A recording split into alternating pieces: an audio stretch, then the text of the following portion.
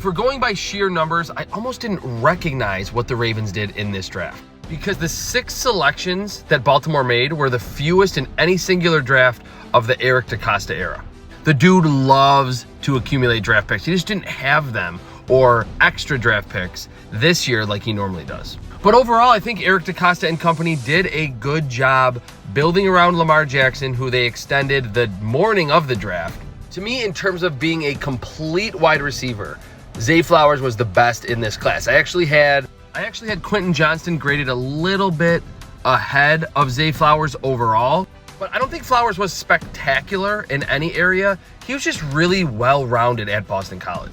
He can get open, he's quick, he's decently fast down the field, runs good routes, has a tiny catch radius but plays a lot bigger. Pretty good after the catch as well. Athleticism, suddenness in his feet, some contact balance. Wasn't spectacular in any area, but just good across the board. And that's what this Ravens passing offense needed as it moves into the Todd Monken era.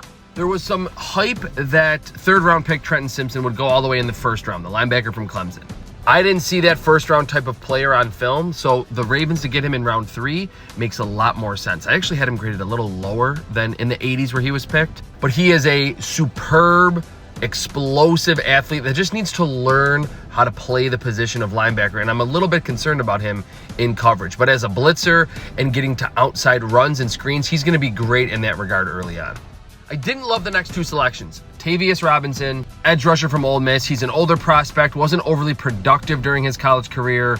He's spindly, but the athleticism is there, so I can see that he's a project, and they want to just continue to throw darts at the edge rusher board. And Kyu Blu Kelly from Stanford, tested not very well. The ball production was there. I think he's pretty good in coverage. He could outplay his draft position, but I want my corners to be high caliber athletes in today's NFL, and I don't know if that's where Blu Kelly is.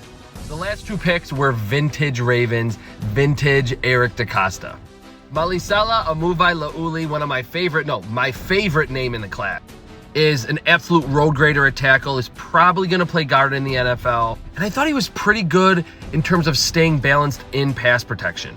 And then to get that redshirt year from Andrew Voorhees, who probably would have been a 2nd to 4th round pick had he not torn his ACL during the pre-draft process, it's very smart for this team to continue to build up front.